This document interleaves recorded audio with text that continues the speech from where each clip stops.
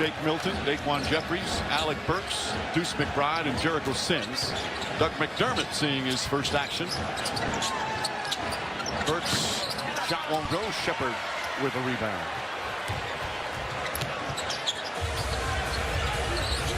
You know, JJ, we were talking about obviously shorthanded and playing the minutes. But it's so much more than just extra minutes for these Knicks. It's the did not start the season in the starting lineup. Quentin Grimes did. Josh Hart was coming off the bench. It's by necessity that they've had this lineup, and it's a credit to the New York Knicks, their players, Coach Tibbs. They have figured out how to make this group work. They have maximized this group. But again, like there's a limit to energy. There's a limit to the exertion. Those things get magnified in the playoffs, particularly when you're playing a team like the Indiana Pacers that plays as fast as they do and wants to pressure full court. And you know, it's in the playoffs, it's only one game, and you always move on. But between being shorthanded and their star player, Jalen Brunson, is clearly not right. And the Pacers right now have taken hold of the momentum in this series, but it's still just 2 games apiece. And as Shepard gets the rebound. And all this talk about what the Knicks are going through, this takes nothing away from one of the most incredible performances of these playoffs by any team. What the Pacers have done here this afternoon. It has been absolutely spectacular how they manhandled and dominated the Knicks. Mike, they feel like they've gotten their mojo back, and it's directly traceable, as you see, Jericho Sims, that impacts this whole group. You know, Doris, what I found so impressive is, the economist is after the Game 2 loss, and there was some controversial calls or no calls, Halliburton said, listen, this is only my second playoff series, but I feel once you start saying, oh, we should have won that game, it's going to mess you up going forward. We just have to play better. And that mindset from a young player in his first playoffs, going into Game 3, that's enormous. And that's why they talk about him as, even though he's young, he's such a terrific leader for this team. Jalen Smith seeing some action with McDermott, McConnell, Isaiah Jackson. They're just pouring it on. 2.5 gone by here in the 4th. Burks able to answer.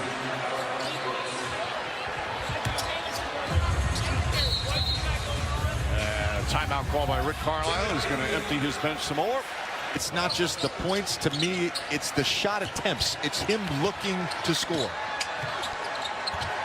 Doug McDermott lines it up. That won't go. McBride with the rebound. Jarris Walker's out there. Jalen Smith. Kendall Brown as well. McBride connects on a 3. As we send it over to Lisa. Yeah, Michael, when we talked to Tyrese pregame, he said the one thing that did change for him since Game 1, when he had just 6 points, was his mindset. That he wasn't really worried about the points because he said the law of averages always even out with the shot making. But he said being more aggressive, like you guys were saying, on both ends of the floor lose. No one expected you to be here. No one expected this team. In between scoring and dishing. When they acquired him from Sacramento with the Sabonis trade, they thought here's this great, terrific young point guard, and he erupted scoring-wise, as you said earlier, Doris. Early in the season, he was on an incredible streak. Oh, a chance for the reserves deep on the bench. Gets some run here in the 4th quarter as Brown shot off the mark. Wendell Brown, the second-year player out of Baylor. McDermott, of course, the veteran. Jarris Walker, the rookie from Houston. Shake Milton shot won't go, but Sims on the follow. Watching film is a big part of the playoffs. JJ, Doris, does Tom Thibodeau even show this film? I'm in the series for beating us by 30. It counts the same. Whether you win on an Andrew Nembhard step back 3 from 30 feet, it's still one win.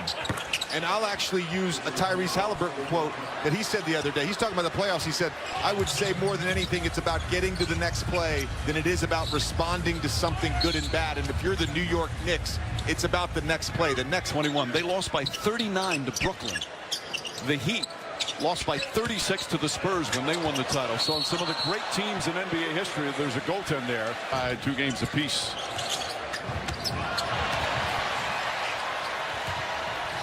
Walker throws it ahead. Brown goes up. Isaiah Jackson can't get it. Shot blocked by Brown. It really has been a different defensive Pacer team here at home. And Rick Carlisle said that. We asked him being with the Virginia Cavaliers Monday. Walker throws it out of bounds. Well, the New York Knicks have been resilient all season. And even in the playoffs, they lost that crushing Game 5 against the Sixers when Maxey hit that almost half-court shot to force overtime. And they blew a 6-point lead in the final 28 seconds, came back and won Game 6 in Philly. They're going to have to bounce back after getting dominated here in Game 4 as McBride misses that.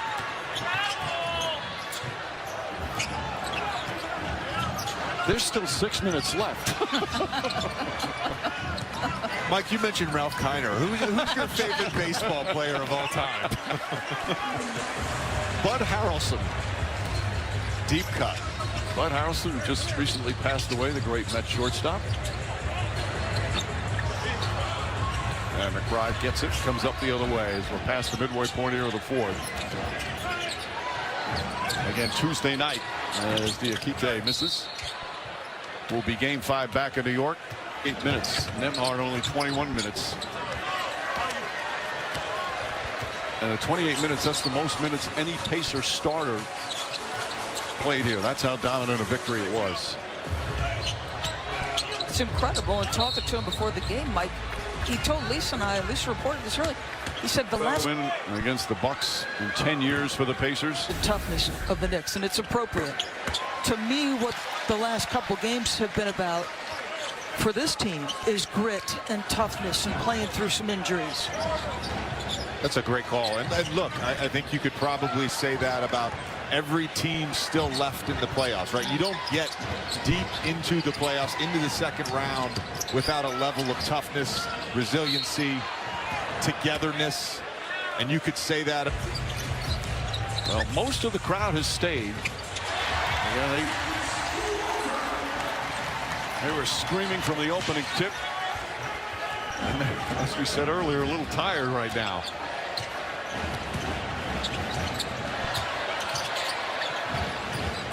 There's Daquan Jeffries. Throws it up. Shot bounces around. Tipped up and in. Nice second effort from Jeffries. Ball knocked out of bounds. Anybody playing in these playoffs, but the last 2 games, Pacers have come up with a formula to make it really difficult. Jalen Brunson. Sims deflects it out of bounds.